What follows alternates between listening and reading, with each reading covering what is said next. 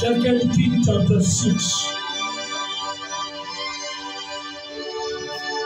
2 Kings, maandiko yanasema, kisha wana wa manabii wakamwambia Elisha, angalia basi mahali tukapo mbele yako ni pandogo kwetu, basi twende mpaka Yordani, tukuomba tutwae huko kila mtu mti mmoja ili tujifanyie huko mahali pa kukaa. Akajibu, haya, nendeni. Mmoja wao akasema, uwe radhi basi na kusi uende pamoja na watumishi wako. Akajibu, nitakwenda. Basi akaenda pamoja nao wakafika Yordani, wakakata miti, lakini mmoja wapo walipokuwa katika kukata miti, chuma cha shoka kikaanguka majini. Angalia, akasema, Bwana wangu, kwani kiliasimiwa kile? Mtu wa Mungu akasema, kilianguka wapi? Akamuonyesha mahali, akakata kijiti, akakitupa pale, chuma kikaelea. Praise be to God.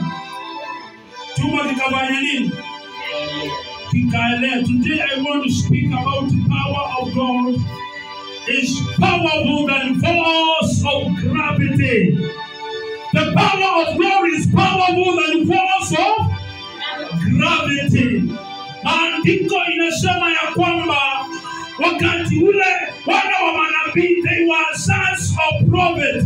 Ninyi ni wana wa manabii, because the Bible says the spirit of Jesus Christ is the spirit of prophecy. So we are sons and daughters of prophets.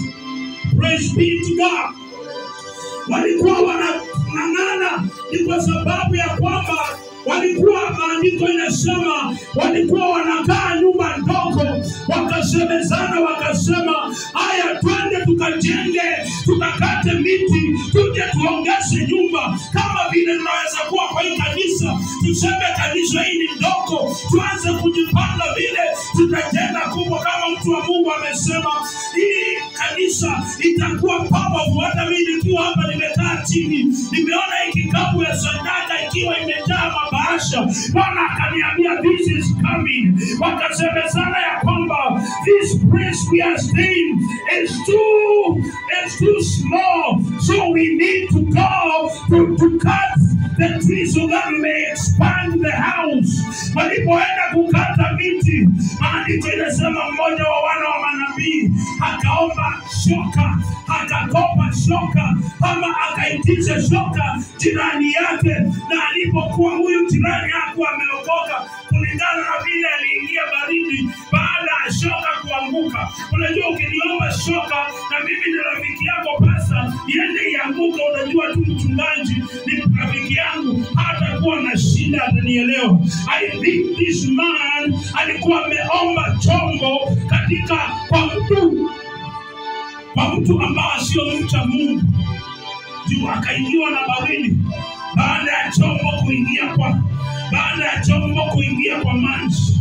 But the Bible says they had required the man of God, Prophet Elisha, to go with them. Praise be to God. There is importance to have man of God in the house. Even now we have prophet of God. There is important to have him here, because he can speak a word and our life can change. In the man of God you will have in your life, it is so important to have that man of God in your life, because he can speak word of life in your life. Anaweza neno la uhai katika maisha yako. Wakaambia Elijah, let us go with you. Hawakukataa. Unajua, niliona mtu wako kwa Facebook, TikTok, anaambia watu siku hizi, I don't need any man of God, I need to pray for myself. Hiyo ni uongo wa shetani. These people, they knew important to have man of God, so they required the prophet Elisha to go together with them. And the Bible says, when they were cutting tree under the river Jordan, ile chombo ama ile shoka ikaondoka katika mti, ikaingia kwa maji. Chuma cha shoka kikaingia kwa maji, na akabaki ameshika mti. Akapiga nuru akasema, ole wangu, hiki chombo chombo kilikuwa kimeazimiwa kupotea, nitakuomba, nimekiazima mtu na kimepotea. Kwa hivyo nilikuwa na azima kije kipotee. Lakini the Bible says, the man of God, prophet Elisha asked them, imeanguka wapi? Akamwambia, hapa Jordan. Hapa Jordan, mahali katika mto Jordan, mahali palio ndipo hawangeingia. Ukiona mahali palifanywa muujiza, kule kwetu kuna maji na masindada, mahali ambao ninaweza kanyanga, siwezi kulia, nitaingia nichukue. But inaonekana it entered to the deep sea. That deep sea ni mahali unaona, but it's so deep. Unaonanga Mombasa kule Likoni kunaitwa deep sea, because you can see, but it's so deep. So ile chombo kilianguka kwa mtu kwa kando ya Jordan, and it was so deep. It was so deep. Sijui naongea na nani ambao maisha yako imeanguka mahali palio deep. We are going to see the miracle of God. Yes. We want to see the miracle of God. Yes. We want to see the anointing of God. Yes. I told you before, the anointing of God is powerful than power of force of gravity. Yes. Yani nguvu za Mungu ziko na uwezo kushinda hiyo shinda unapitia. Anointing ya Mungu iliyo kwa hii nyumba iko na nguvu kushinda hiyo chakula umekosa. Iko na nguvu kushinda hiyo maskini kwa nyumba yako. Sijui ni nini leo hii tunahitaji. Sijui ni nini leo hii tunahitaji. Wakati nabii Elisha alikuja, alikata mtu umekauka, akaachilia mahali shoka limeanguka.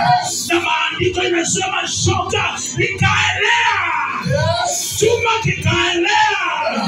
Chuma kikapenetrate over the force of gravity, force of wonders.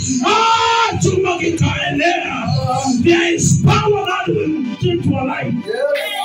There is power that will change your life.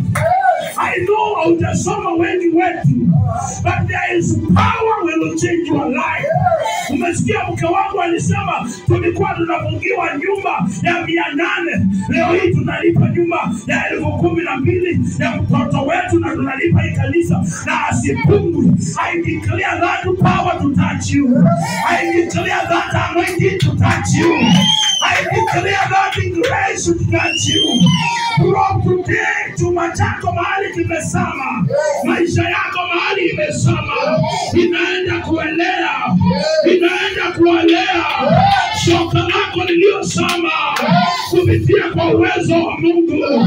Nilikuwa ninakaa hapa chini, nilikuwa na ujumbe mwingine, Bwana akaniambia hapana, kuna shoka ya mtu imesama, nataka ikaweze kuinuliwa.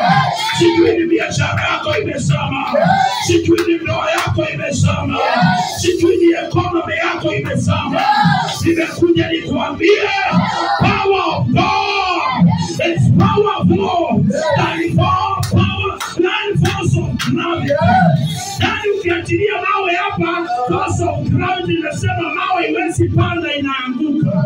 Lakini chuma kikaelea kwa maji, kinyume cha wanasayansi, kinyume cha wanasayansi. I want to declare to you, utabarikiwa kinyume cha wanasayansi, utabarikiwa kinyume cha wachawi, utabarikiwa kinyume cha wasomi. Wasomi wanasema mtu ana degree hawezi jenga nyumba Nairobi, hawezi endesha gari Nairobi, hawezi pata kazi nzuri.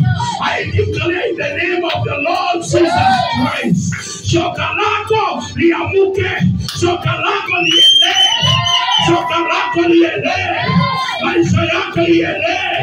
Maisha yako ilikuwa inashindikana, waanze kufaulu leo.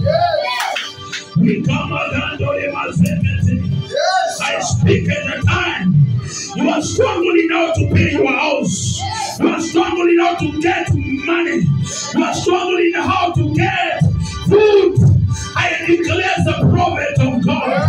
Vile Mungu alituondoa katika mateso, leo hii kuna neema mtu wa Mungu. Unaenda kuamuka na kuwagonga. Unaenda kuamuka na kuangusha. Waliokuwa wameambiwa watakuua, watakufa wao kwa neno lako. You will be powerful. You will speak and the people they will listen. From today I declare invitation. From today I declare favor. From today I declare grace.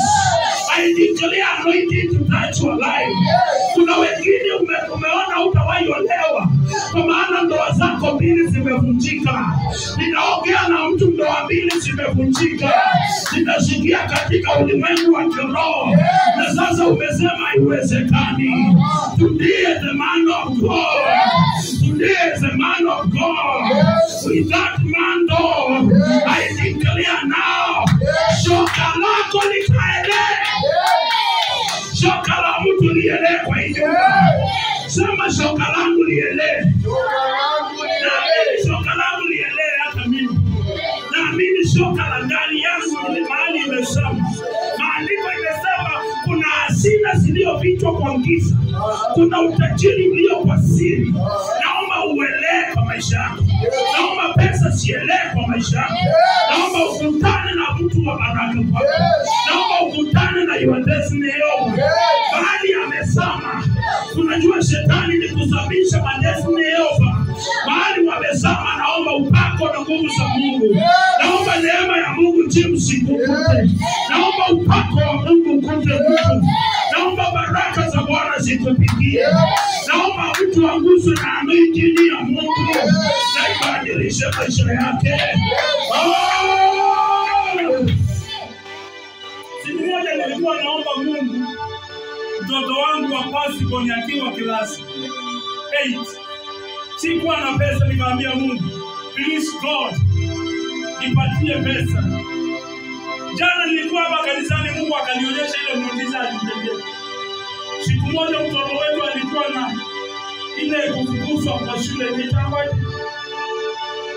Nani mtoto ametumwa nyumbani kwa sababu ya shida fulani kwa high school.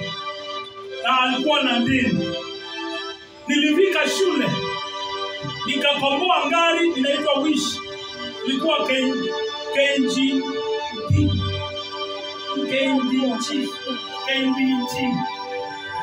Kumbe walimu wana nikitoka wakasema hiyo ni gari ya baba Faith.